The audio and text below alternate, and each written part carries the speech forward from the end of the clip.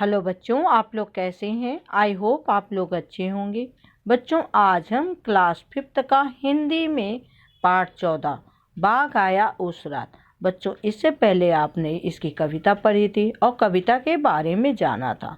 बच्चों, आज हम इसके प्रसंग और इसके कविता पढ़ेंगे, प्रसंग पढ़ेंगे और इसके अर्थ के बारे में भी जानेंगे।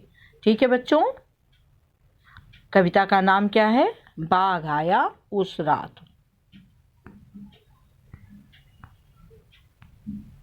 नंबर 1, वो इधर से निकला उधर चला गया, वे आंखें फैलाकर बतला रहा था, हाँ बाबा बाघ आया उस रात।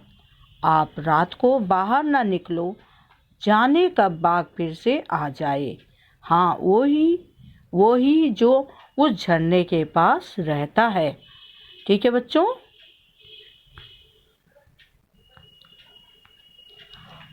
वहाँ अपन दिन के वक्त गए थे ना एक रोज। बाघ उधर ही रहता है बाबा, उसके 2 बच्चे हैं। बाघिन सारा दिन पहरा देती है। बाघ या तो सोता है या बच्चों के साथ खेलता है। ठीक है बच्चों, ये नंबर 1 की कविता यहाँ से लेकर यहाँ तक है।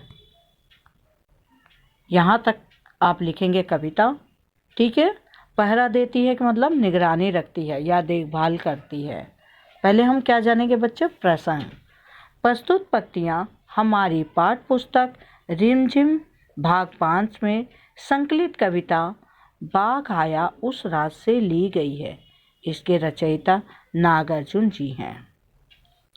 पहले हम क्या लिखेंगे बच्चों? कविता लिखेंगे, फिर प्रसंग लिखेंगे। अब उसके अर्थ के बारे में जानेंगे। क्या लिखेंगे? उसका अर्थ जानेंगे। एक बच्चा दूसरे बच्चे को आंखें फैलाकर बता रही है कि बाघ इधर से निकला है और उधर चला गया है। उसने अपने बाबा से कहा, बाघ उस रात को आया था, अतः आप बाहर न निकलना, न ही किसी भी समय कभी भी आ सकता है। वह बाघ झरने के पास रहता है।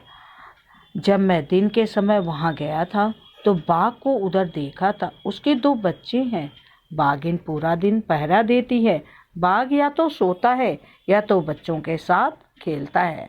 ठीक है बच्चों, इसमें एक बच्चा दूसरे बच्चों को बता रहा है कि आप इधर मत आना, इधर से एक बाघ निकला है, इस गांव से निकला है और उधर चला गया। इधर से निकलकर वो दूसरी जगह चला गया है।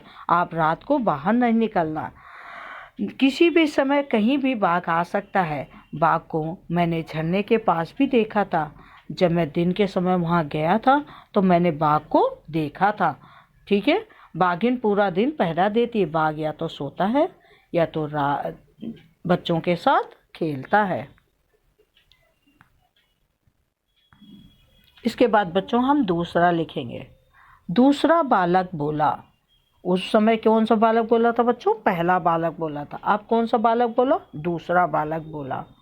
दूसरा बालक बोला, बाघ कहीं काम नहीं करता, ना किसी दफ्तर में, ना कॉलेज में। छोटू बोला, स्कूल में भी नहीं। 5 साल बेटू ने हमें फिर से आग्रह किया, अब रात को बाहर होकर बाथरूम न जाना। ठीक है बच्चों? बच्चों, इसका प्रसंग पहले आप कविता लिखेंगे। प्रसंग आप यही वाला प्रसंग लिखें जो आपने फर्स्ट में लिखा है। प्रसंग यही लिखेंगे आपने। प्रसंग यही लिखेंगे। प्रस्तुत पंक्तियाँ हमारी पाठ्य पुस्तक रिमझिम भाग 5 में संकलित कविता बाघ आया उस रात से ली गई है। इसके रचयिता नागार्जुन जी हैं। ठीक है? पहले दूसरे नंबर की कविता लिखेंगे, फिर उसका प्रसंग लिखेंगे। अब उसका हम क्या जानेंगे? अर्थ जानेंगे। क्या जानेंगे बच्चों? उसका अर्थ जानेंगे। बाघ के बारे में दूसरा बालक छोटू कहता है, वह कोई काम नहीं करता। ठीक है बच्चों?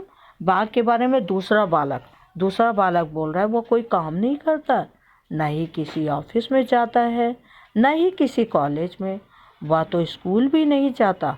5 साल का बेटू फिर हमें सावधान करते हुए कहता है, आप रात को बाहर होकर बाथरूम न जाना, क्योंकि हो सकता है कि बाघ फिर से वहाँ पे आ जाए। बच्चों बाघ के बारे में पहले तो एक बच्चे ने बोला था, अब इसमें दूसरे बच्चे ने बोला, दूसरा बालक बोला। वो क्या कह रहा है कि वह कोई काम नहीं करता, ना ही बाघ कोई काम नहीं करता है, वह पूरा दिन सोता रहता है।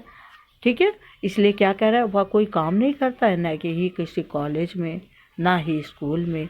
ठीक है, तो वह उसे सावधान करते हुए कहता है कि आप रात को बाथरूम में बाहर मत जाना, हो सकता है बाघ फिर से आ जाए, इसलिए आप बाहर मत जाना।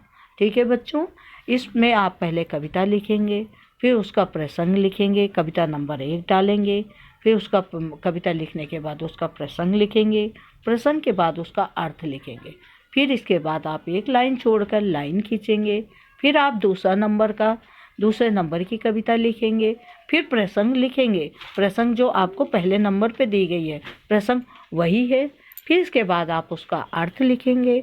ठीक है बच्चों, ठीक, आप उसको लिखने के बाद आप उसको याद भी करेंगे और मात्राओं का विशेष ध्यान रखेंगे, साफ और सुंदर लिखेंगे। ठीक है बच्चों, थैंक यू।